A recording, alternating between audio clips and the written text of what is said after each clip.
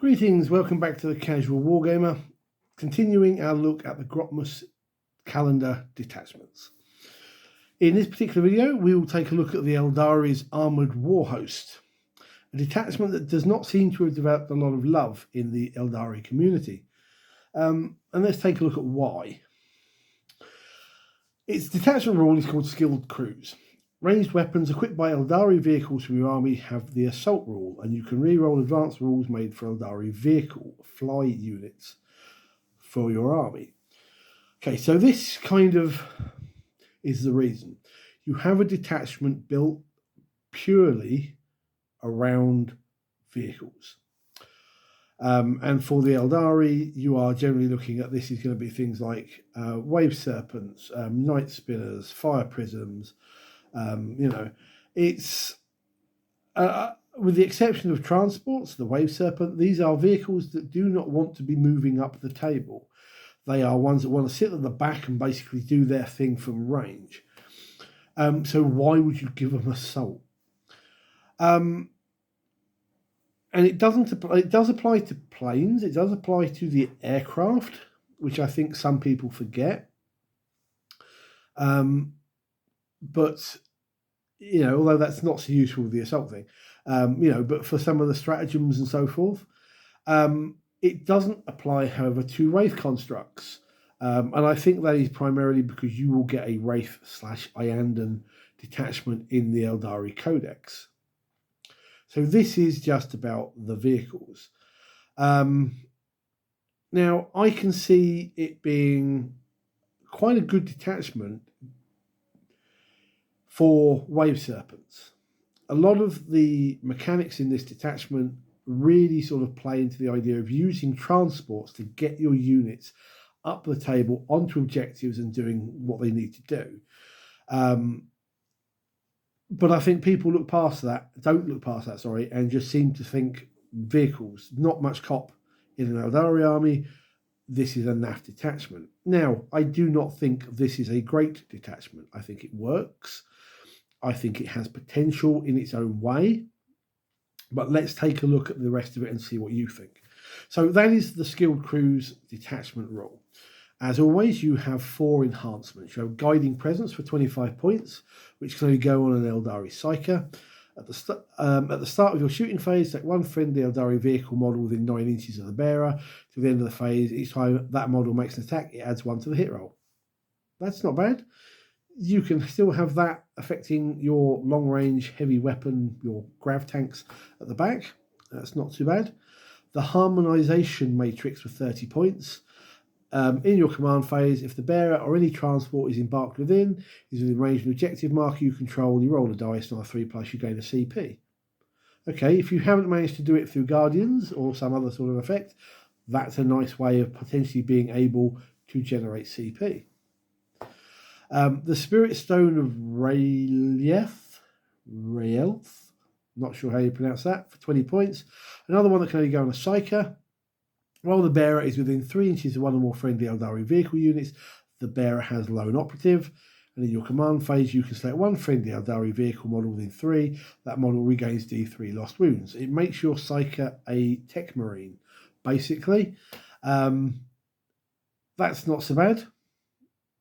Follow up your vehicles as they go up, your transports as they go up the field, fixing them or fixing something at the back. Not so bad. Guileful Strategist for 15 points. If your army includes the bearer, after both players have deployed their armies, select up to 3 Aeldari vehicles from your army and redeploy them. When doing so, any of those vehicles can be placed into strategic reserve regardless of how many units are already in strategic reserve. That's great, especially for 15 points. Once you know where your opponent's going, especially if they're fielding a lot of heavy weapons and anti-tank stuff, you can just go no, or throw them in strategic reserves. Don't see a problem. Stratagems. Okay, let's take a look at these. So to start with, you have layered wards. So any phase just after a mortal wound is allocated to an Aeldari vehicle from your army. That vehicle gets a 5-up, feel no pain against mortal wounds. This is good. It's keeping your vehicles alive. It's keeping your transports alive as they go up the table, or protecting what you've got coming in.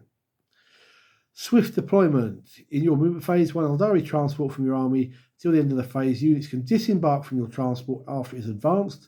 Units that do so count as having made a normal move and can't declare a charge but can otherwise act normally. Again, perfect for your wave serpents, running up the table, dropping a unit off on an objective, and then doing whatever they need to do. Potentially great for doing actions. Vectored engines. In your movement phase, after an Aeldari vehicle from your army that can fly falls back, that unit can still shoot in the turn in which it falls back. That's great. No problems. Cloud Strike. Start of your reinforcement step of your movement phase. Select one Aeldari vehicle from your army that can fly and is in strategic reserve. Until the end of the phase, your unit has the Deep Strike ability. When it is set up on the battlefield using the Deep Strike ability, it can be set up anywhere that is more than 6 inches horizontally from all enemy units, but if it does, until the end of the turn, it cannot declare a charge. Fair enough. If your unit is a transport, each unit that disembarks from this turn must be set up more than 6 inches horizontally from all enemy units until the end of the turn. They are not eligible to charge. So this is great. You can do this, drop stuff down onto objectives, or capture table quarters, or whatever it is that you need them to do. Or if you really need to get to an awkward enemy unit, you can do this and then gun them down. Nice. Soul Sight. In your shooting phase, one Aeldari vehicle that has not been selected to shoot till the end of the phase. Each time your unit is selected to shoot, you can reroll the hit roll, the wound roll, and the damage roll, or one of each. Made for a model in that unit. If you're using fast dice roll, you can set one of these rolls to reroll before moving on to the next step. Again, I think that's really, really good. That really helps you in dealing, if you're talking about your things like your prism cannons and what have you, be really good at being able to get rid of the thing that is causing you a problem. For everything else, it's just a great way of making sure that you get rid of a model or a couple of models or what have you. And lastly, anti-grav propulsion. In your opponent's charge phase, just after the unit is declared a charge, one Aeldari vehicle for your army that can fly and was selected as part of that charge. The enemy subtract 2 from their charge rolls made for that enemy unit. Again, very, very good. So as I say at the beginning of this, I quite like this detachment. It's not great. It's not going to win you tournaments, but it is quite fun, and it is, I would say, quite average in the scheme of things. You just have to remember, I think, that it's not just aimed at your big tanks. It's aimed at your wave serpents. It's aimed at your transports and getting units up the table, protecting those transports. It's a little bit of a one-trick pony, maybe, in that regards. But as detachments go, I don't think this deserves the amount of dislike that Aeldari players have given it. But that's just my thoughts. What are yours on this one? Agree, disagree? If you think that I'm completely wrong, tell me. What have I missed? Why is this such a bad detachment? I admit it's not one I think people are going to play very often, but hey-ho, let me know, and we'll start a dialogue in the comments down below. In the meantime, thank you for watching this particular video. Hit the thumbs up button for me. Yay! Hit the subscribe button, and I'll see you in the comments and in the next video. Till then, guys, take care and good gaming.